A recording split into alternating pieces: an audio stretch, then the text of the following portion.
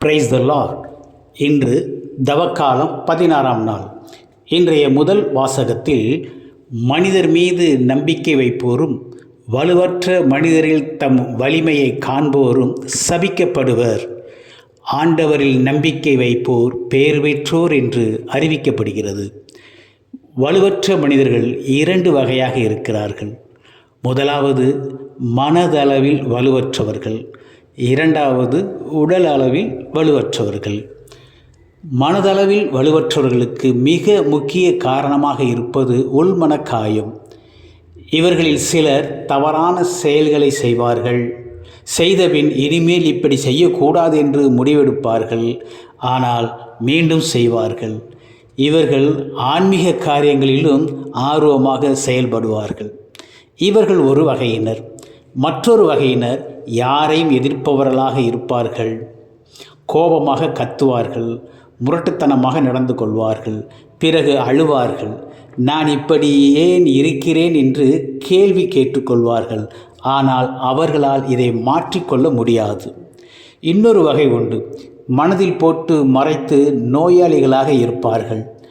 இவளுக்கு பேய் பிடித்துள்ளது என்று பெயரும் வைப்பார்கள். சிலர் தங்கள் உயிரை மாய்த்து கொள்ள தயங்குவதும் இல்லை.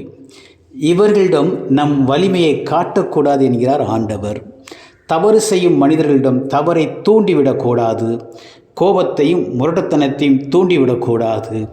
நோயாளிகளாய் இருப்பவர்களும் மரணத்திற்கு காரணமாக இருக்கக்கூடாது. இவர்களில் தங்கள் வலிமையை காட்டுவோர் சபிக்கப்படுவார் என்று ஆண்டவர் கூறுகிறார். ஏனெனில் இவர்களுக்கும் பலமான வாழ்வு நிச்சயம் உண்டு. இவர்கள் அனைவருக்கும் விடுதலை உண்டு. இவர்களுக்கு கடவுளின் அன்பையும் இரக்கத்தையும் மன்னிப்பையும் ஊட்டி இவர்களை ஆற்றுப்படுத்தும் பொழுது இவர்கள் வலிமை பெற்றவர்களாக, விடுதலை பெற்றவர்களாக, கடவுளோடு இணைந்து வாழ்பவர்களாக இருப்பார்கள். இரண்டாவது, உடலளவில் வலுவற்றவர்கள். இன்றைய நற்செய்தியில் இதை பற்றி சொல்கிறார் இயேசு. செல்வர் ஒருவர் இருக்கிறார். அவர் அருகில் லாசர் என்னும் ஏழை ஒருவர் இருக்கிறார். செல்வரோ இந்த ஏழைக்கு எந்த தொல்லையும் கொடுக்கவில்லை, விரட்டவும் இல்லை. ஆனால் அவர் செய்த தவறு என்னவென்றால், ஏழையின் பசியை போக்கவில்லை, அவரின் நோயை குணமாக்க எந்த உதவியும் செய்யவில்லை.